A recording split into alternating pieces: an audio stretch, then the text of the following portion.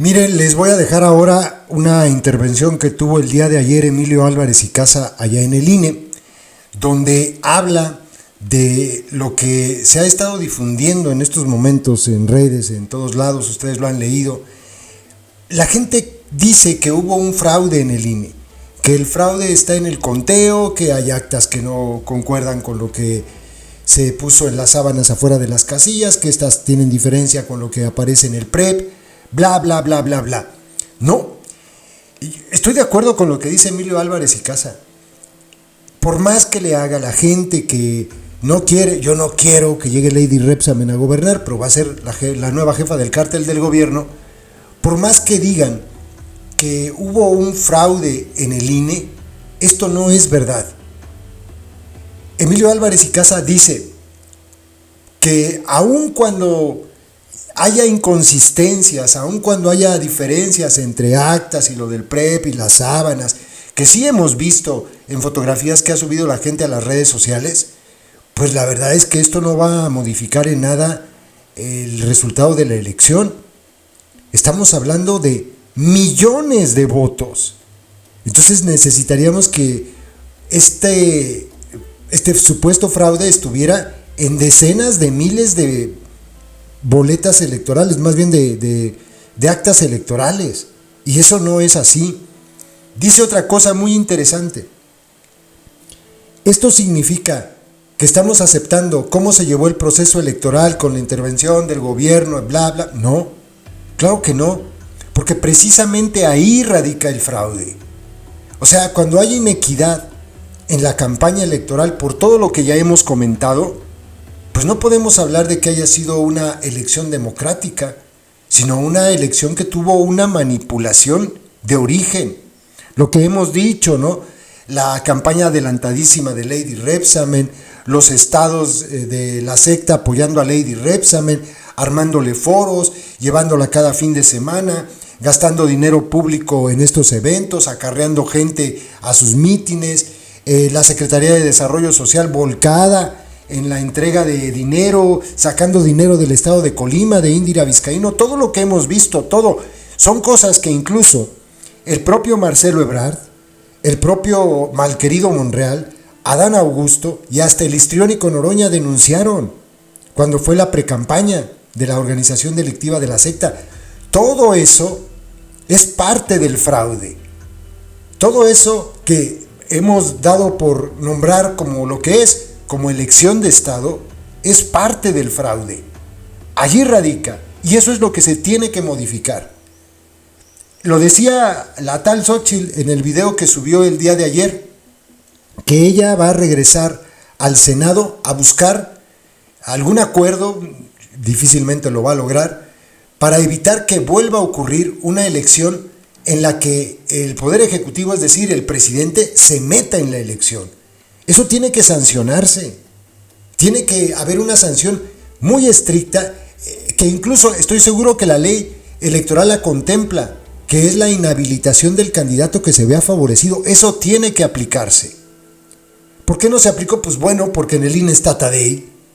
Entonces, es muy distinto que vaya a cambiar el resultado de la elección, el conteo de acta por acta, voto por voto, casilla por casilla. Eso no va a cambiar nada. Lady Rebsamen ganó la elección. ¿Lo hizo de manera limpia? No, no lo hizo de manera limpia. Lo hizo con un respaldo brutal de miles de millones de pesos del erario de muchos estados y del gobierno federal. Y eso ya crea inequidad. Ahora, cuidado con decir que el fraude está en el INE, porque lo único que están haciendo es darle argumentos al anhelo de la presidencia.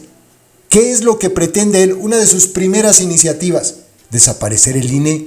Quiere que las elecciones regresen a gobernación, probablemente para dárselas en las manos a Manuel Bartlett otra vez, ¿no? O sea, cuando ocurrió aquella caída del sistema con Manuel Bartlett, él era el secretario de Gobernación.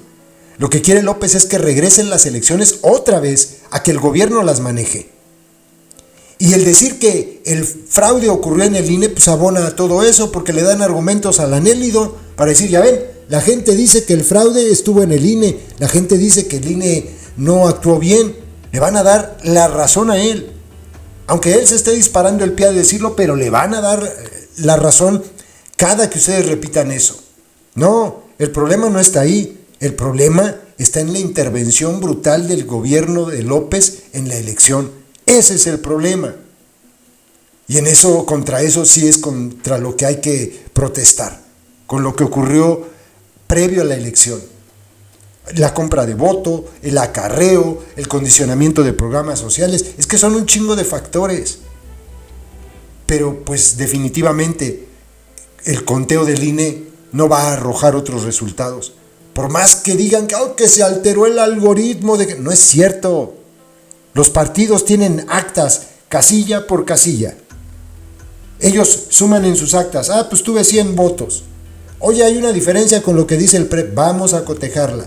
Y al final, el sábado, pues ustedes van a ver que los partidos van a terminar reconociendo, ahora sí, estoy de acuerdo, sí había una diferencia, ya se corrigió. ¿Esto va a revertir la elección? Pues no la va a revertir. O sea, indudablemente hay inconsistencias en muchas actas, no sabemos en cuántas, pero eso siempre pasa en todas las elecciones. Al final, por eso es el conteo distrital, para eso sirve, para corroborar lo que dio como resultado cada acta en cada casilla. Se checa acta con acta, acta con acta.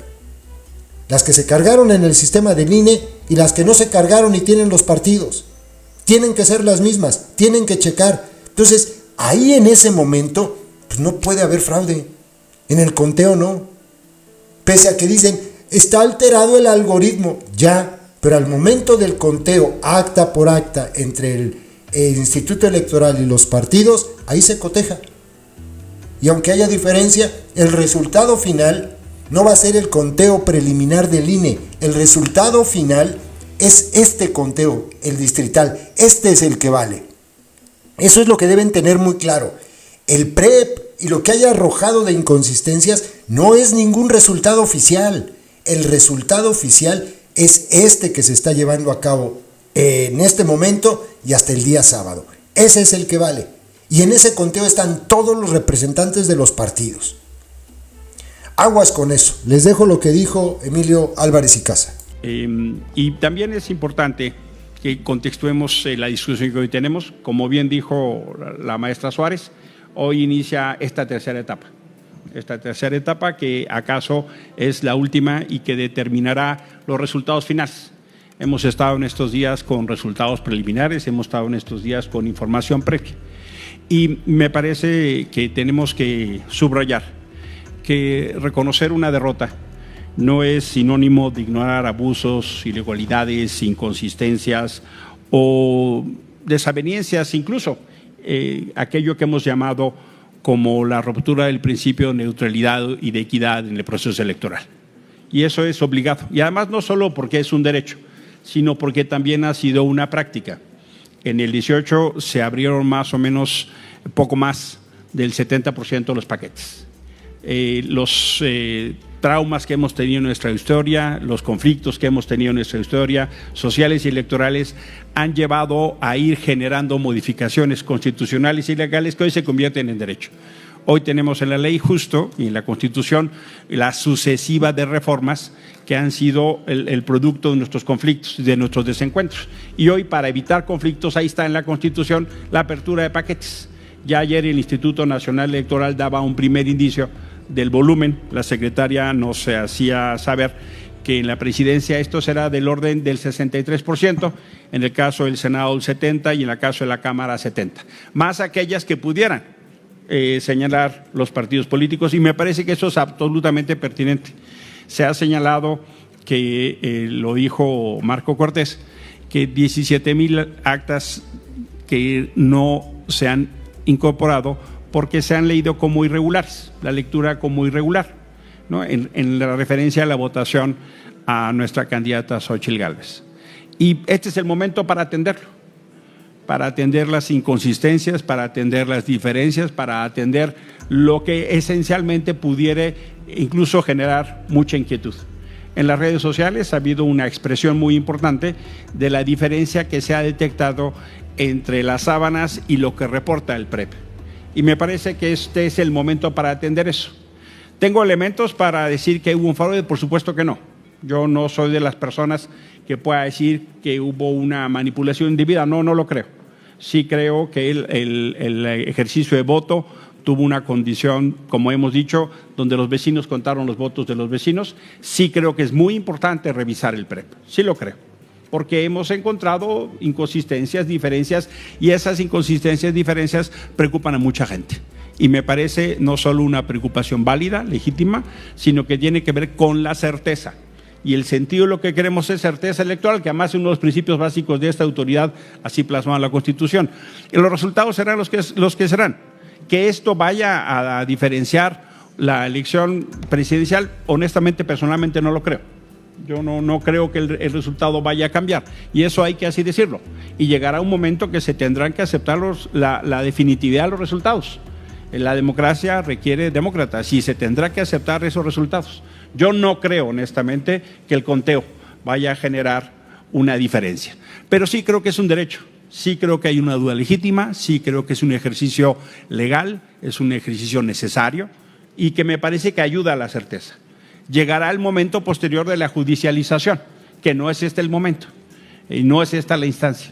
Y sí, ahí yo creo que, por supuesto, podremos hacer valer argumentos que hemos expresado, donde nos parece que ha habido una intromisión indebida del gobierno, del aparato, de toda la condición de trastocar los principios de inequidad o los principios de parcialidad o los principios de generar condiciones. Pero como bien decía el consejero Uquip, estos desafíos han sido en todas las elecciones y hay que hacernos cargo de los desafíos que presenta esta elección.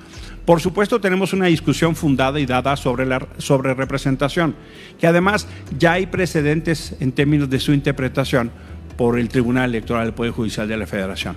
Ya es una evolución, una discusión que tiene más de una década en términos de cómo se debe interpretar.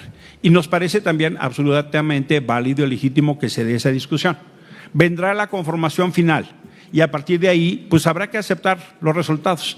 Si la expresión popular y la expresión judicial termina en la ratificación de una mayoría calificada para el gobierno y sus aliados, así habrá que aceptarlo.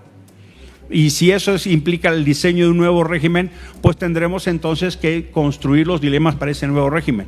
Y sí, por supuesto, nos parece muy importante los términos de asumir que esto es también una rueda de la fortuna. Quien estuvo en la oposición estará en el gobierno y esto no será definitivo. Cómo se haga, pues tendrá sus propios códigos y dilemas en el tiempo y los procesos democráticos. Pero lo que sí es muy importante es apelar justo esa noción de respeto, de inclusión y de tolerancia. Se está leyendo un mecanismo de expresión no solo de respeto, sino de decisiones que están generando nerviosismo fuera de México, y eso tiene implicaciones severas para nuestra economía. En estas decisiones de inclusión, de respeto, de tolerancia, se va a tener que ver una condición de estabilidad y de calma. Yo no comparto muchas expresiones de las que se han hecho en redes sociales de querer descalificar a quien ejerció su voto. Yo no lo comparto. La gente votó como quiso votar y hay que ser respetuosos. No, ahí he escuchado descalificaciones a las que yo no me puedo sumar y repruebo. La gente tiene que respetar. Por supuesto, tendremos que hacer una discusión política y jurídica en las condiciones en que la gente depositó su voto. Claro que sí, claro que hay que hacer esa discusión.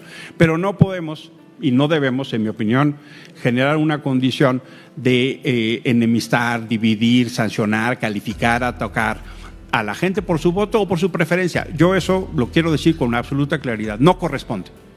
Pero sí me parece que es absolutamente válido y necesario revisar los criterios de representación, porque eso también es una distorsión de la voluntad popular. O sea, si lo que nosotros estamos diciendo como argumento central es que se respete la voluntad popular y eso implica respetar el gobierno, respetar los resultados, también debemos de respetar la voluntad para que eso no genere una distorsión en manera de representación. Me parece la consistencia. En este momento estamos en la necesidad, en el reclamo, en el ejercicio del derecho de la certeza y me parece que es bueno para todos. Vendrá el momento posterior de la calificación y de la definitividad y ahí habrá que asumir. Y por supuesto habrá que hacer las revisiones críticas, habrá que hacer las revisiones, pero yo lo que pediría incluso es que las revisiones tengan un proceso amplio.